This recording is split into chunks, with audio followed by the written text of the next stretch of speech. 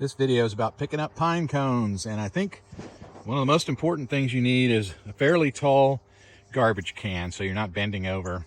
I have a taller one, but it's full of stuff right now, so I'm using my shorter one. Then you can either use a grabber or what's called a potato rake.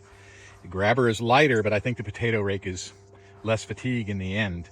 And yeah, last week I picked up like 32 gallons worth of pine cones using the grabber, and so I'm looking for something different today.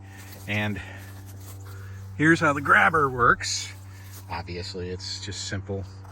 I'm looking through the camera.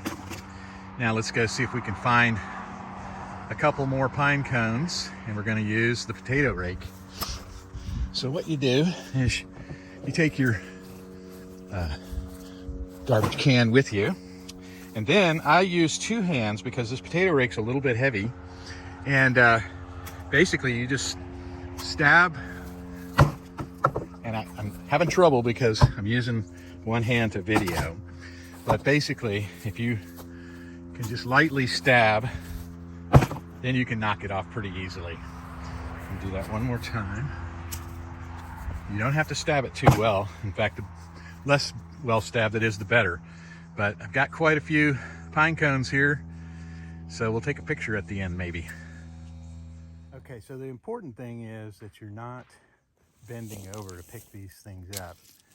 And basically you learn minimally how to stab these things so that they come off when you pop them on the trash can.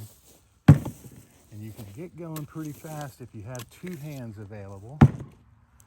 Otherwise, the potato rake is a little heavy, and you sometimes might need to brush it off like that. You overstab it. And you can see that goes pretty quickly once you learn the correct amount of force to hit each one with.